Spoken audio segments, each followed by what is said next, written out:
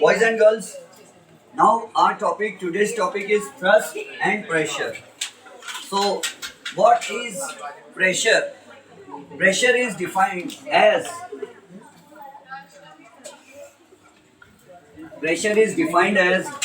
thrust per unit area. Now, what is the difference with what is thrust? Thrust क्या होता है? So, if the force is perpendicular to the surface, if a force is perpendicular to the surface,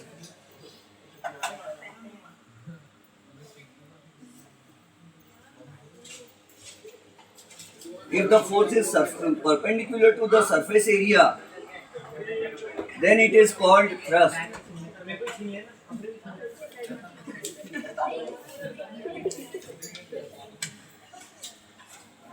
Alright. So what is the difference between force and thrust? Suppose I am applying a force on this board using this pen. I am applying a force on this board using this pen.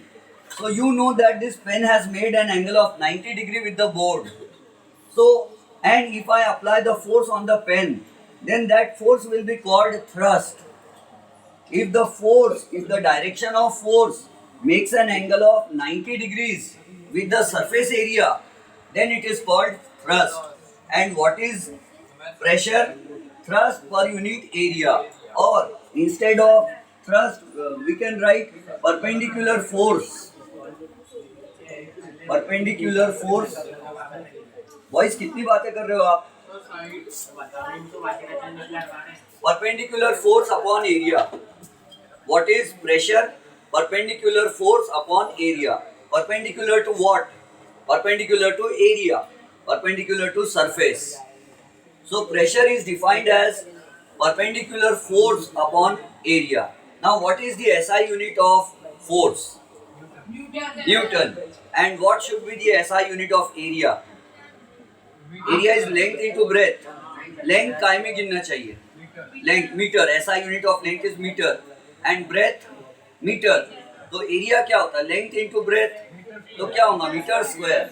So what should be the SI unit of pressure? So we write SI unit of pressure is Newton per meter square. And instead of writing Newton per meter, we can write Pascal also. P capital A small. Pascal. In the honor of the scientist Blaise Pascal, not Rascal. Blaise Pascal was a French scientist who gave a famous law which is called the Pascal's law. और ये Pascal's law आपके syllabus में है, लेकिन बहुत छोटा सा 2 lines में बता दिए. उसका रियल ट्रू मीनिंग क्या है वो नहीं बताए. तो आई विल एक्सप्लेन. अगर आप कहोगे तो. हाँ आदित्य पूछो. क्या नहीं समझा? दोनों मतलब क्या? हाँ, क्योंकि उस समय आप लोग बातें कर रहे थे. सुनो, pressure is thrust upon area. Now what is thrust? Thrust यानी ऐसा फोर्स जो सरफेस को परपेंडिकुलर हो, जो सरफेस से 90 डिग्री. अगर देखो ये बोर्ड है और ये पेन से मैं फोर्स लगा रहा हूँ. अभी अगर मैं फोर्स लगा रहा हूँ बोर्ड पे तो it is not called thrust. क्यों? क्योंकि बोर्ड में और पेन में एंगल इधर 30 डिग्रीज बन रहा है समझो, और इधर बड़ा एंगल बन रहा है, बहुत बड़ा. कितना बन रहा होगा? 150 डिग्री. Very good. क्योंकि 180 बनेगा ना लीनियर पे. अगर इधर 30 बन रहा है, इधर 150 बन रहा है, 90 बन रहा क्या? नहीं. लेकिन मगर ऐसा फोर्स लगाता हूँ ऐसा, तो what is happening here? The pen है ना, जिस चीज से मैं फोर्स लगा रहा हूँ, the pen has made an angle of 90 degree with the board surface. So this force which makes an angle of 90 degree with the surface is called thrust. ठीक है? तो जो 90 डिग्री एंगल बनाने वाला फोर्स होता है, सरफेस से 90 degree angle बनाता है, उसको हम थ्रस्ट कहते हैं. और pressure is not just force upon area. Pressure is perpendicular force, a force which is perpendicular to the surface area upon area. अब फोर्स का ऐसा यूनिट क्या है? न्यूटन. और एरिया का SI unit metre square, length into breadth metre into metre, metre square. अगर area of circle है pi r square तो भी क्या होगा, आर स्क्वायर। रेडियस काय में गिनते हैं, मीटर में, क्योंकि रेडियस भी एक टाइप की लेंथ है, so metre square. So area is always measured, it should always be measured in metre square. So what is the SI unit of pressure? Newton per metre square. And instead of writing newton per metre square we write pascal. क्या ऐसा हमने इससे पहले कभी किया है? किया है। कहाँ किया है? हाँ, ध्यान से समझो। वर्क का फॉर्मूला क्या है? वर्क आया नहीं ना अभी तक अपने को? नहीं आया। अच्छा, फोर्स का फॉर्मूला क्या है? Force is mass into acceleration, और मास काय में गिनते हैं? किलोग्राम में। और एक्सेलरेशन काय में मेजर करते हैं? मीटर पर सेकंड स्क्वायर। तो फोर्स का ऐसा यूनिट क्या होना चाहिए? किलोग्राम मीटर पर सेकंड स्क्वायर। लेकिन अपन ने क्या किया, किलोग्राम मीटर पर सेकंड स्क्वायर को ही अपन ने न्यूटन बना दिए, है ना। किलोग्राम मीटर पर सेकंड स्क्वायर को ही अपन न्यूटन बोलते हैं। उसी तरह न्यूटन पर मीटर स्क्वायर को ही अपन पास्कल बोलते हैं। क्यों? क्योंकि प्रेशर पर बहुत रिसर्च किया है किसने? पास्कल ने, ब्लेस पास्कल ने। I will explain. थोड़ा सा फोर्स लगाकर, अगर आप कार के अंदर बैठे हो और कार चला रहे हो फास्ट में, और कार को स्लो करना है या रुकाना है, तो आपको बहुत ताकत से ब्रेक्स दबाना पड़ता है क्या? नहीं, आराम से पैर रख दो, कार रुक जाती है, अच्छे ब्रेक्स अगर है तो, है ना। और अगर कार के बाहर कोई अंकल आ जाते हैं रोड के बीच में और वो बोलते हैं कि रोको रोको, कार में धक्का मार के रुका लूंगा, तो किसको ज्यादा ताकत लगाना पड़ेगा? बाहर से कार को रोकने के लिए ज्यादा ताकत लगाना पड़ेगा या अंदर से ब्रेक दबाने वाले को? बाहर वाले को। ऐसा क्यों? कार में बैठा हुआ पर्सन को क्यों नहीं करना पड़ता ऐसा? क्यों रुक रुक रुक, कार आगे मत बढ़, ऐसा क्यों नहीं करना पड़ता? इतने आसानी से क्यों रुक जाती? पास्कल के कारण। अगर पास्कल नहीं होता तो शायद कार इतने आसानी से नहीं रुकती। और आपको पता है कि एक कार को अगर उठाना है तो एक अंकल बड़े आसानी से कार को उठाते हैं। आपने जैक देखे? जैक, जब कार का टायर पंक्चर होता है तो पंक्चर बनाने वाले भैया के पास एक जैक होता है, और वैसे कार में भी रखा रहता पीछे। वो जैक को थोड़ा थोड़ा हल्का हल्का दबाओ तो इतनी भारी कार को उठा लेता है वो, और आराम से हम टायर खोल के पंक्चर बनवा सकते हैं उससे। तो इतनी भारी कार को इतनी इजीली उठा लेते हैं, कम फोर्स लगा के ज्यादा ताकत लगा देते हैं। ये पास्कल के कारण है। पूछो आदि। थ्रस्ट, सॉरी इट इज हाँ, थ्रस्ट का स्पेलिंग गलत हो गया। Thrust upon area. अच्छा, पहले हम पास्कल को पढ़ने से पहले मैं आपसे पूछता हूँ कि thrust upon area, force upon area, what is the relation between pressure and area? हाँ, नहीं, डायरेक्टली प्रोपोर्शनल है या इनवर्सली प्रोपोर्शनल है? सीधा रिलेशन है या उल्टा रिलेशन है? उल्टा। मैंने आपसे कहा था कि लेफ्ट हैंड साइड में जो भी न्यूमरेटर हो और राइट हैंड साइड में जो डिनोमिनेटर हो, उनमें उल्टा रिलेशन होता है। एरिया ज्यादा तो प्रेशर कम, और एरिया कम तो प्रेशर ज्यादा। अगर कहीं सैंड रखी है, रेती बालू, सैंड ग्रेन्स, रेती के कंकर, और आप उस पर ऐसे खड़े हो जाओ वर्टिकली, तो आप अंदर धंस जाओगे बहुत, है ना। You will go inside the sand if you stand erect on the sand bed, but if you lie down on sand you will not go so much deep into the sand. रेती के ऊपर सो जाओगे तो उतना अंदर नहीं घुसोगे, लेकिन खड़े रहे तो ज्यादा अंदर जा सकते हैं हम रेती में। ऐसा क्यों? क्योंकि जब हम खड़े रहते तो हमारा सरफेस एरिया कम है पैरों का, है ना। पैर, अपने दोनों पैर का surface area, sole of the foot has less surface area, तो सरफेस एरिया कम, तो हम सैंड पे प्रेशर ज्यादा लगाते हैं, इसलिए अंदर चले जाते हैं। और जब हम सो जाते हैं तो हमारी पूरी बॉडी का सरफेस एरिया कांटेक्ट में आता है सैंड के, तो एरिया बढ़ जाता है, तो हम सैंड पर कम प्रेशर लगाते हैं, है ना। अब क्वेश्चन पूछा जाता है, अपनी बुक पूछती है कि जो नाइफ होता है, चाकू, उसका जो सरफेस एरिया होता है, धार, नोक, why it has very small surface area? Because if it has very small surface area, then even if we apply a small force, the pressure will become very large, and due to the large pressure, we will easily be able to cut the vegetables. पूछो। Biology का question है। Bio का question अभी पूछते, हाँ पूछ लो। Sir, आपने situation chapter में कहे थे कि एनिमल्स की ग्रोथ यूनिफॉर्म रहती है। नहीं, अच्छा हाँ, एनिमल्स की ग्रोथ, एनिमल्स मतलब ह्यूमंस की ग्रोथ। पर हमारे मैम बोलते कि एनिमल्स की ग्रोथ नॉन यूनिफॉर्म रहती है क्योंकि वो कुछ टाइम के बाद रुक जाती है। हाँ, यूनिफॉर्म, मेरा यूनिफॉर्म ग्रोथ से मीनिंग क्या था कि हमारा हाथ, वो यूनिफॉर्म ग्रोथ का पॉइंट टीचर ने गलत बोल दिए। यूनिफॉर्म ग्रोथ का मतलब होता है इक्वल ग्रोथ। जैसे आप सो गए रात में और 8 दिन 15 दिन 2 साल बाद आपके हाथ, आपका राइट हैंड जितना लंबा हो जाएगा लेफ्ट हैंड भी उतना ही लंबा होगा। लेकिन प्लांट्स में ऐसा नहीं होता, एक ब्रांच ज्यादा लंबी हो जाती, दूसरी ब्रांच उतनी ज्यादा लंबी नहीं होती। इसको बोलते हैं यूनिफॉर्म ग्रोथ है या नहीं है। हाँ, और हमने ये भी एक डिफरेंस लिखा है कि plants grow throughout their life, but growth in human beings या animals is limited to a certain period of life. अपन लोग की हाइट कितने साल बढ़ती है? तो लगभग अपन बढ़ते हैं 20-22 साल तक बढ़ते हैं, उसके बाद हाइट बढ़ना बंद हो जाती है जनरली, है ना। तो थ्रू आउट का मीनिंग मैम ने अलग मीनिंग है, थ्रू आउट द लाइफ एक अलग चीज है और यूनिफॉर्म एक अलग चीज है। अपनी ग्रोथ यूनिफॉर्म है, इसका मतलब यूनिफॉर्म का मतलब क्या होता है? इक्वल, है ना। स्कूल में सब यूनिफॉर्म पहनते हैं, तो इक्वल ग्रोथ का मतलब अपनी ग्रोथ इक्वल होती है, यानी एनिमल्स की ग्रोथ इक्वल होती है, यानी एक हाथ जितना लंबा होता है दूसरा हाथ भी उतना ही लंबा होता, एक पैर जितना लंबा होता है दूसरा पैर भी उतना ही लंबा होता। This is called uniform growth. Normally हमें यही होता है एनिमल्स में। प्लांट्स में ऐसा नहीं होता कि एक ब्रांच जितनी लंबी हुई दूसरी ब्रांच भी उतनी लंबी, एक रूट जितनी लंबी हुई दूसरी रूट भी उतनी लंबी होगी, ऐसा नहीं होता प्लांट्स में। तो ये मीनिंग है। और whether they grow through out the life और नॉट, ये एक अलग पॉइंट है। Human animals do not grow throughout their life, but plants grow throughout their life. ऐसा था, तो मैम के समझने में थोड़ा चेंज आ गया। अच्छा, तो ये देखो what is the SI unit. अच्छा, हम डिस्कस कर रहे थे कि जो बड़ी गाड़ी होती है, आपने देखा है कि कार का, बाइसिकल का टायर का जो विड्थ होता है, चौड़ाई, विड्थ WIDTH, विड्थ वो कम होता है, और ट्रक के टायर का चौड़ा होता है, टायर ब्रॉड होता है। ऐसा क्यों? क्योंकि हाँ, मास ज्यादा होता है, मास ज्यादा होता है मतलब फोर्स ज्यादा होता है। तो ट्रक का टायर अगर पतला रहेगा, बारीक टायर रहेगा, तो जमीन में घुस जाएगा, मिट्टी में घुस जाएगा, अगर वो मिट्टी में ट्रक चल रहा है तो।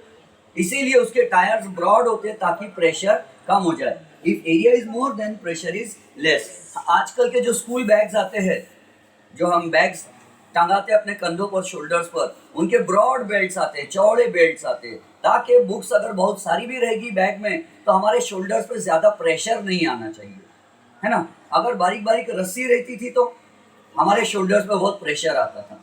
अच्छा, नीडल जो होती है, सुई, उसकी नोक पे इतना बारीक क्यों होता है? क्योंकि एरिया कम होने से प्रेशर बढ़ जाता है। सो what is the relation between pressure and area? Inversely proportional.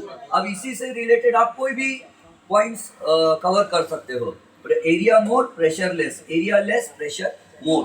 हम ब्रिक का भी एग्जांपल दे सकते हैं कि अगर कोई ब्रिक को, ईंट को आड़ी रखे तो जमीन में इतना नहीं घुस जाती है, लेकिन ब्रिक को खड़ी रखे तो ज्यादा अंदर तक घुस जाती है, क्योंकि ब्रिक का जो ये वाला एरिया रहता है कम रहता है और ऐसा एरिया ज्यादा होता है। यहाँ तक समझ गए? अब what is the SI unit of pressure? Newton per metre square, और उसी को हम क्या कहते हैं? पास्कल। और अगर हमको पूरा स्पेलिंग लिखना है पास्कल का तो हम P स्मॉल लिखेंगे। इंग्लिश ग्रामर का रूल फॉलो नहीं करना पड़ता है। If you are writing the complete spelling of a unit which is named after a scientist, then the first letter, initial letter must be small. We do not have to follow the rules of English grammar here, वरना half mark cut जाता है, teacher काट सकते हैं आधा mark. अच्छा, अब मैं आपको समझाता हूँ कि अब हाँ हाँ, जैक यानी वही पास्कल्स लॉ। पास्कल ने क्या कहा मालूम है? अ प्रेशर अप्लाइड, अब टॉपिक का नाम आ रहा है pressure, Pascal's law. Text book में बहुत शॉर्टकट में दिया है। अच्छा, ये समझ में आया क्या आपको प्रेशर के बारे में? प्रेशर के बारे में और कुछ समझा दूं थोड़ा? Pressure applied by fluids. Fluids कितना प्रेशर अप्लाई करते हैं ये समझा देता हूँ पहले, फिर पास्कल की तरफ चलेंगे। या पहले पास्कल को समझते, पहले पास्कल को समझ लेते हैं। पहले प्रेशर पढ़ा दूं? Okay. Pressure is, pressure in fluids. Next heading देखो बुक में क्या लिखा है, थ्रस्ट एंड प्रेशर के बाद क्या लिखा है? Pressure in fluids, pressure in fluids. Next topic है fluids. What are fluids? Chapter 1 में पढ़े अपन ने। Anything that flows is called a fluid, liquids and gases are called fluids. तो अब देखो फ्लूइड्स में प्रेशर कैसा रहता है। यह है एक swimming pool, this is a swimming pool. अच्छा, अपन आसानी से सांस, एक आदमी है वो स्विमिंग पूल में तैर रहा है,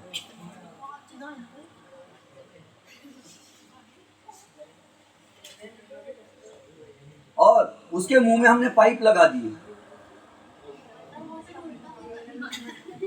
उसके मुंह में हमने पाइप लगा दिए और वो पाइप से सांस ले रहा है। तो सांस लेना जितना अच्छे से वो यहाँ खड़े रह के सांस ले सकता है स्विमिंग पूल के बाहर, क्या वो उतना ही अच्छे से ये पाइप लगाकर सांस ले सकता है? या दम घुटेगा उसका? Will he feel suffocation here? Yes. Why? Because the water is exerting pressure on him from all the sides, and the water is exerting pressure on his chest also. उसके लंग्स पे प्रेशर डाल रहा है water, और उसकी वजह से क्या हो रहा मालूम है? वो इनहेल करना चाह रहा है, तो इनहेल करे तो चेस्ट बाहर आती है, लेकिन उसकी चेस्ट को तो अंदर धकेल रहा है पानी, तो वो इनहेल नहीं कर सकता अच्छे से।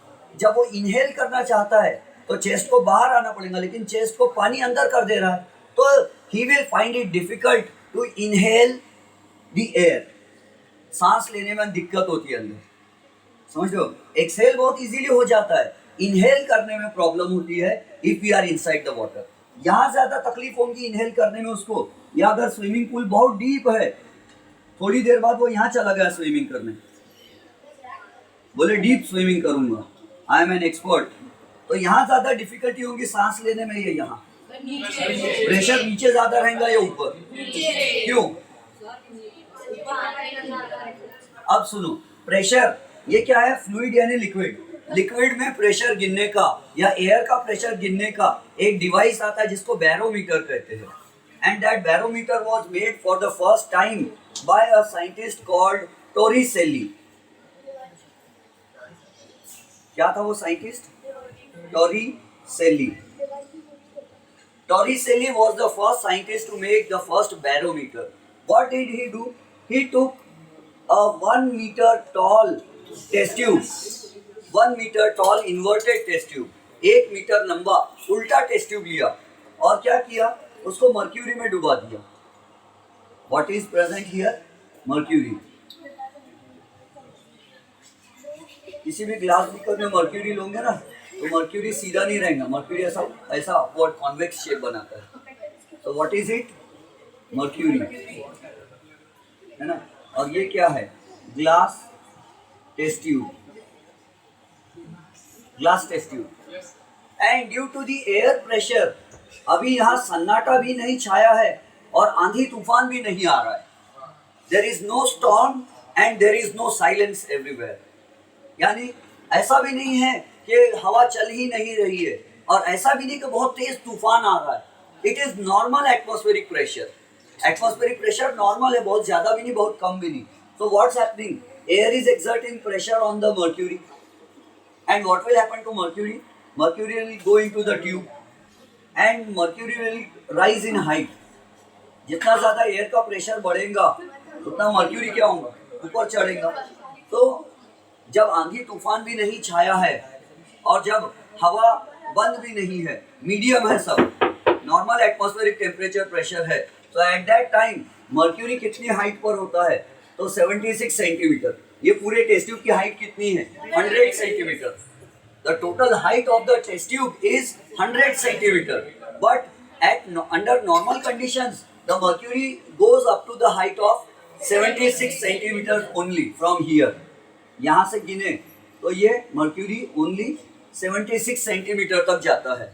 और ऐसा यूनिट क्या है लेंथ का? मीटर है। तो 76 सेंटीमीटर को मीटर में गिनेंगे तो 100 से डिवाइड करना पड़ेगा, तो it will become 76 upon 100 metre, and that will be 0.76 metre. यहाँ तक समझ गए? और डेंसिटी का टॉपिक समझता है क्या आपको? डेंसिटी यानी हेवीनेस। जिस चीज के पार्टिकल्स नजदीक नजदीक रहते वो भारी रहती, उसकी डेंसिटी ज्यादा रहती, और जिस चीज के पार्टिकल्स दूर दूर रहते उसकी डेंसिटी कम रहती। आइस की डेंसिटी कम है because the particles of ice are far away from each other, and water की डेंसिटी ज्यादा है। हम चैप्टर 1 में पढ़े वाटर की डेंसिटी ज्यादा इसलिए because the particles are close to each other, comparatively closer. तो मर्क्यूरी का डेंसिटी कितना है? तो साइंटिस्ट लोगों ने पता किया density of mercury is 13600 kilogram per metre cube. Density, density समझता है कि आपको क्या होता है? कितने लोग को समझता है? हाथ ऊपर करो। हाँ, लेकिन कुछ लोगों को नहीं समझता। सुनो क्या होता है डेंसिटी। अगर मैंने एक ऐसा बीकर ले लिया, बर्तन, the height of the beaker is, the length of the beaker is 1 metre, the breadth of the beaker is 1 metre, breadth कितनी है 1 metre, and the height of the container is 1 metre. अब इसका length कितना है 1 metre, breath कितना है 1 metre, height कितना है 1 मीटर, तो इसका वॉल्यूम कितना होगा, length into breadth into height, तो वॉल्यूम होगा 1 metre into 1 metre into 1 metre, तो हो जाएगा 1 मीटर क्यूब। 3 नहीं होगा, प्लस नहीं कर रहे ना, मल्टीप्लाई कर रहे, तो it will be 3 metre 1 metre cube, 1 metre cube हो जाएगा, 1 क्यूबिक मीटर भी बोल सकते हैं। अब इसमें अगर आप एयर भर देते हो, अपनी यहाँ की एयर, तो एयर कितने किलोग्राम की रहेंगी, तो हम लिखते हैं density of air, D air, air की डेंसिटी रहेंगी 1.293 किलोग्राम पर मीटर क्यूब।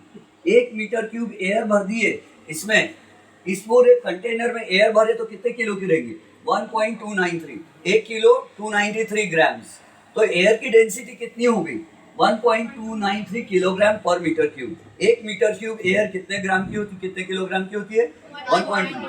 अच्छा, इसमें से एयर निकाल दिए और हमने पानी भर दिए इसमें, पानी वाटर, तो कितना हो जाएगा, तो 1000 kilogram per metre cube, 1000 kilogram per metre cube. मतलब इसका मतलब क्या है, डेंसिटी का मतलब 1 क्यूबिक मीटर में जितने किलोग्राम कोई चीज समाती है उसको डेंसिटी बोलते हैं। तो 1 क्यूबिक मीटर के कंटेनर में पानी भर दिए फुल, तो 1000 किलोग्राम रहेगा वो। तो वाटर की डेंसिटी क्या है 1000 किलोग्राम पर मीटर क्यूब। अच्छा, इसी में अगर पानी निकाल के मर्क्यूरी भर दिए तो density of mercury will be 13600 kilogram per metre cube.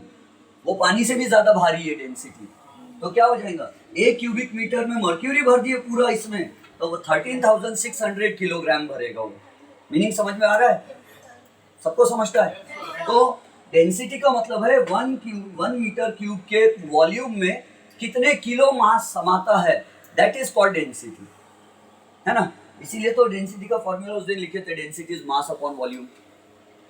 Density of mercury समझ गए, और भी चीजों की हम डेंसिटी लिख सकते हैं लेकिन नहीं लिखेंगे। अब ये याद रहेगा आपको, डेंसिटी ऑफ मर्क्यूरी इतनी है। ध्यान से डेरिवेशन स्टार्ट करते हैं। एक छोटा सा डेरिवेशन जो टेक्स्ट बुक में नहीं दिया है लेकिन गरम क्वेश्चन में पूछा जा सकता है, हॉट्स में पूछा जा सकता है।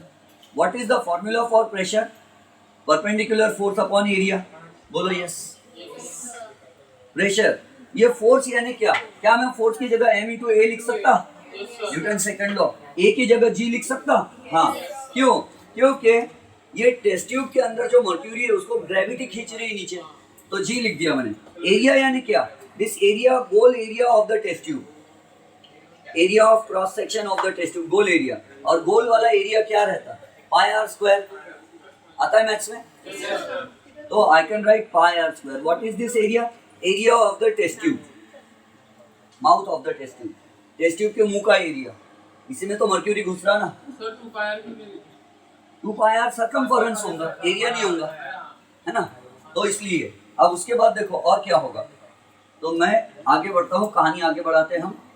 तो अब लिखता हूँ प्रेशर इज इक्वल टू, क्या आपको पता है density is equal to mass upon volume होता है, yes sir. Density is equal to mass upon volume. ये डेरिवेशन समझा तो अच्छी बात, नहीं समझा तो और भी ज्यादा अच्छी बात। अब मास का फॉर्मूला क्या हो जाएगा, बॉयज बातें मत करो, आदित्य सर मैं बात नहीं कर रहा, आपका नाम ले रहा है। Mass is equal to density into volume, समझा किसी को फॉर्मूला। तो ये मास की जगह मैं क्या लिख रहा हूँ, density into volume, and what is g, acceleration due to gravity, और ये पाई आर स्क्वायर। यहाँ तक समझ गया। अब देखो, हाँ आफिया बोलो क्या नहीं समझा, वेरी गुड, स्टार्टिंग से पूछना चाहिए। Pressure is perpendicular force upon area, ये सुने कभी फॉर्मूला, थोड़ी देर पहले आया था। पर pressure is perpendicular force upon area. Force की जगह m इंटू ए लिख सकते हैं, न्यूटन बकरी लॉ ऑफ मोशन। न्यूटन जंगल में गया था, बकरी को लात मारा, बकरी बोली मैं, याद है ना, second law, Newton second law of motion. A is acceleration, लेकिन ये मर्क्यूरी को कौन नीचे खींच रहा है? ग्रेविटी। तो एक्सेलरेशन ड्यू टू ग्रेविटी लिखेंगे, 2-4 दिन पहले पढ़े एक्सेलरेशन ड्यू टू ग्रेविटी। तो एफ की जगह क्या लिख दिया हमने? एम इंटू जी। और एरिया, ये पाइप के को जो माउथ है इसका एरिया कितना? गोल, पाई आर स्क्वायर। आर यानी क्या है? ये पाइप की रेडियस, बारीक सी रेडियस, ठीक है। तो ये पाई आर स्क्वायर भी समझ गए। और बोलो क्या नहीं समझा? एम की जगह डेंसिटी का फॉर्मूला क्या है? चैप्टर नंबर 1 में आया था ये। Density is mass upon volume. तो density into volume is mass. Chapter 1 में आपने लेट ज्वाइन किए ना ट्यूशन, लेकिन स्कूल में तो चैप्टर 1 पढ़े आपने? नहीं पढ़े? स्कूल में भी लेट ज्वाइन किए, फिर एब्सेंट है। वाह वाह, वेरी गुड। तो density is mass upon volume. तो मास इज इक्वल टू क्या है? Density into volume. डेंसिटी यानी समझता है क्या होता है? अगर किसी चीज के पार्टिकल्स दूर दूर है तो उसकी डेंसिटी कम रहती है। कॉटन के पार्टिकल्स दूर दूर रहते हैं और आयरन के पार्टिकल्स पास पास रहते हैं। तो जिस चीज के पार्टिकल्स पास पास है वो भारी रहती है, जिस चीज के पार्टिकल्स दूर दूर है वो चीज हल्की रहती है, उसको डेंसिटी बोलते हैं। वॉल्यूम यानी कितनी जगह घेरते हैं, है ना। एक पतले अंकल है, एक मोटे अंकल है, कौन ज्यादा जगह घेरेंगे? मोटे अंकल। तो हम क्या बोलेंगे? मोटे अंकल का वॉल्यूम ज्यादा है, पतले अंकल का वॉल्यूम कम है। और मास तो आपको समझता है, अभी 1-2 दिन पहले पढ़े, the material, the matter present in an object is called mass. और ये फॉर्मूला याद रखना है आपको, density is mass upon volume. तो density into volume is mass. समझ गए? हाँ। अब यहाँ ध्यान से समझो बॉयज एंड गर्ल्स, वॉल्यूम क्या है? वॉल्यूम क्या है? टेस्ट ट्यूब में जितना वॉल्यूम मर्क्यूरी का भरा है उसको वॉल्यूम बोलते हैं। और मर्क्यूरी कितनी हाइट तक भरा है? H. Very good, 76 centimetre height तक मर्क्यूरी भरा है, एच। और क्या मैं, अच्छा टेस्ट ट्यूब सिलेंड्रिकल है, और आप में से किसी को मालूम है कि वॉल्यूम ऑफ अ सिलेंडर का फॉर्मूला क्या होता है? नहीं मालूम? ओहो, तो मैं लिख देता हूँ।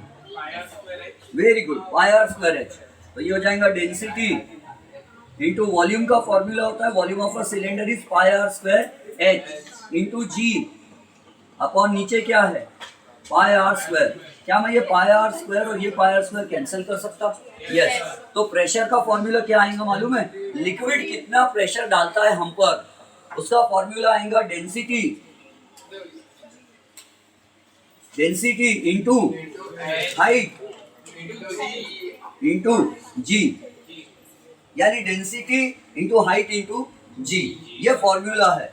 और हम पर पानी कितना प्रेशर डाल रहा है? अभी स्विमिंग कर रहा था ना एक लड़का थोड़ी देर पहले पानी में। सर हाइट की स्पेलिंग गलत है। हाइट की? हाइट, हाँ, यस, वेरी गुड।